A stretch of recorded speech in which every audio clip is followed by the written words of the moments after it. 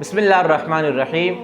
آج ناظرین دوسری قسط ہے کہ یزیدی لشکر کا اہل مدینہ پر ظلم و ستم۔ اس قسط کے اندر ہم آپ کو اہل مدینہ کو خوف زدہ کرنے کے متعلق رسول اللہ نے کیا وعیدیں سنائی ہیں تو اس کے بارے میں آج جانیں گے۔ پچھلی قسط کے اندر ہم یزید کا جو یزیدیوں نے اہل مدینہ پر جو ظلم و ستم ڈھایا اس کے متعلق آپ کو بتایا۔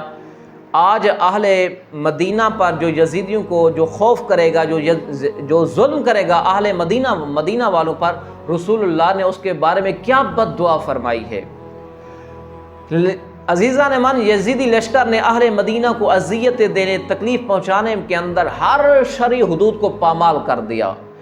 اس بات کے باوجود کہ مصطفیٰ جان رحمت صلی اللہ علیہ وسلم نے اہل مدینہ کو تکلیف پہنچانے پر بد دعا دی ہے۔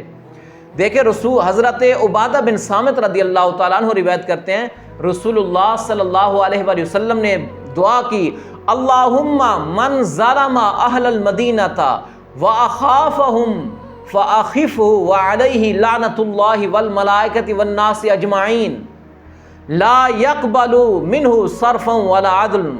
اے اللہ، جو اہل مدینہ پر ظلم کرے، انہیں خوف زدہ کرے، تو اسے خوف زدہ کر، اس پر اللہ تعالیٰ فرشتوں اور تمام لوگوں کی لعنت ہے۔ اور فرمایا کہ نہ اس کا فرض قبول ہوگا نہ اس کی نفل قبول ہوگی۔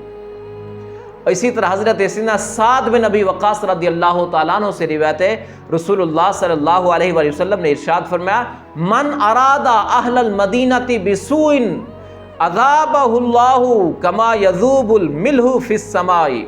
فرمایا کہ جو اہل مدینہ کے ساتھ برائی کا ارادہ کرتا ہے، اللہ تعالیٰ اسے ایسے پگھلا دے گا جیسے نمک پانی میں گھل جاتا ہے، اسے ایسے ہی ختم کر دے گا جیسے نمک پانی کے اندر ختم ہو جاتا ہے، گھل جاتا ہے۔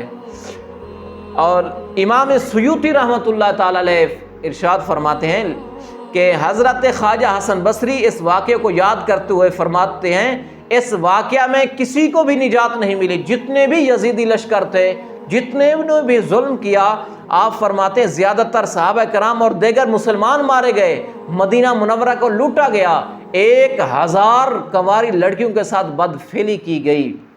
تو برادران ملت اسلامیہ، تاریخ اسلام میں یزید وہ پہلا شخص ہے جس نے اپنے اقتدار کو دوام بخشنے کے لیے نواسہ رسول حضرت سیدنا امام حسین رضی اللہ تعالی عنہ اور اہل بیت اطہار رضی اللہ تعالی عنہم کو کربلا کی تپتی ریت پر بھوکا پیاسا شہید کروایا۔ شہادت کے بعد ان حضرات کے جسم کی ہونے والی توہین پر وہ خاموش رہا۔ صرف اسی پر بس نہیں کی بلکہ سانحہ کربلا کے رد عمل کے اندر اپنے خلاف مدینہ منورہ کے اندر جو اس کے خلاف بغاوت اٹھی، اس کو خاموش کرانے کے لیے اس نے کیا کیا؟ اس نے اس تحریک کو کچلنے کے لیے اور شریعت کی ہر حد کو اس نے پامال کیا ہے۔ اور اسی طرح رسول اللہ صلی اللہ علیہ وسلم کی مسجد کے اندر گھوڑے اس نے باندھے، ریاض الجنہ کو گھوڑوں کی لید اور پیشاب سے اس نے ناپاک کیا، اور اپنے ہی کلمہ گو ہزاروں مسلمان بھائیوں کا اس یزید نے قتل کیا ہے۔ ہزاروں انصار و مہاجرین اور صحابہ، تابعین، علماء اور حفاظ کرام کو اس یزید نے شہید کرایا ہے۔ اب دیکھیں بحیثیت حکمران یزید کی شخصیت اور کردار سازی کیا ہے، اس کا کردار کیا تھا حکمران ہوتے ہوئے۔ بطور حکمران اگر ہم یزید کی شخصیت کا جائزہ لیں تو وہ ظالم، جابر، فاسق ہونے کے ساتھ ساتھ حکمرانی کے لیے نااہل تھا۔ اور یزید کے شخصی کردار کے متعلق حافظ حدیث ابن کثیر رحمۃ اللہ تعالی علیہ فرماتے ہیں، یزید مزامیر سنتا تھا، یزید شراب پیتا تھا، اور یزید لڑکوں اور کتوں کا شوقین تھا، بندر، ریچھ وغیرہ لڑاتا تھا اور دیگر گناہوں کا مرتکب تھا۔ تو ایسا یزید جو نااہل تھا، اسی لیے حضرت امام حسین رضی اللہ تعالی عنہ نے اس یزید کی بیعت نہیں کی تھی۔ اور اسی طرح یہ آج دیکھیں کہ سب سے پہلے ناسبیت کی جو بڑی علامت تھی وہ کیا ہے؟ سب سے پہلے ناسبیت کی علامت یہ ہوا کرتی تھی کہ امیر المومنین حضرت علی رضی اللہ تعالیٰ عنہ یا اہل بیت اطہار پر لعن طعن کرتے تھے.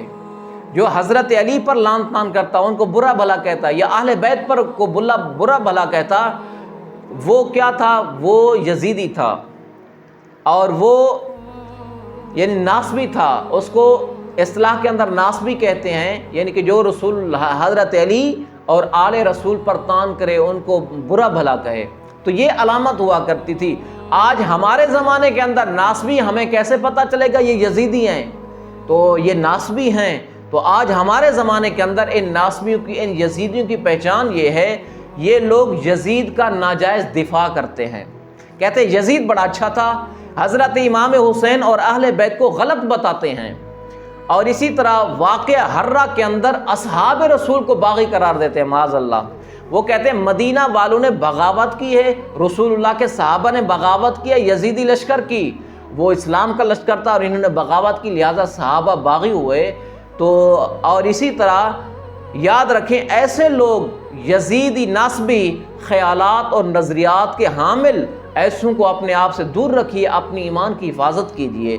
جو ہمارے زمانے کے اندر ان کی پہچان یہی ہے کہ جو حضرت علی رضی اللہ تعالیٰ، پہلے دور کے اندر تو یہ تھی کہ حضرت علی اور اہل بیت سے دشمنی کیا کرتے تھے، ان کو ناسبی یزیدی کہا کرتے تھے.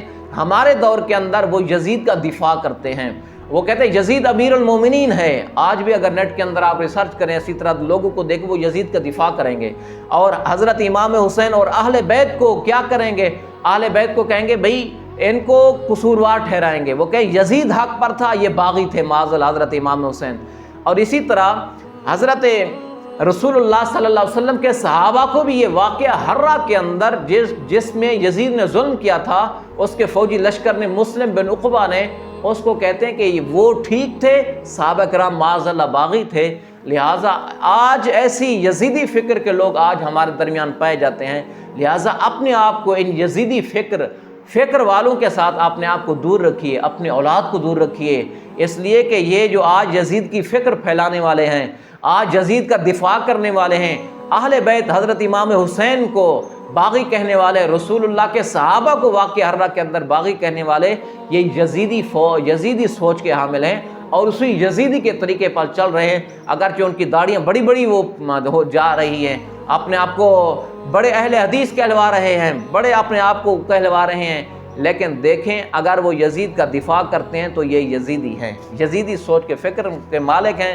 یزید کا اگر دفاع کرنے والے ہیں تو اپنے آپ کو ان سے محفوظ رکھیں اور اپنے آپ کو ان سے دور رکھیں. اللہ تعالی ہم کو حضرت امام حسین کے ساتھ اور اہل بیت کے ساتھ سچا عشق اور محبت نصیب فرمائے. حضرت امام حسین رضی اللہ تعالیٰ عنہ کے نقش قدم پر چلنے کی توفیق عطا فرمائے. آمین بجاہ نبی الامین صلی اللہ علیہ وسلم.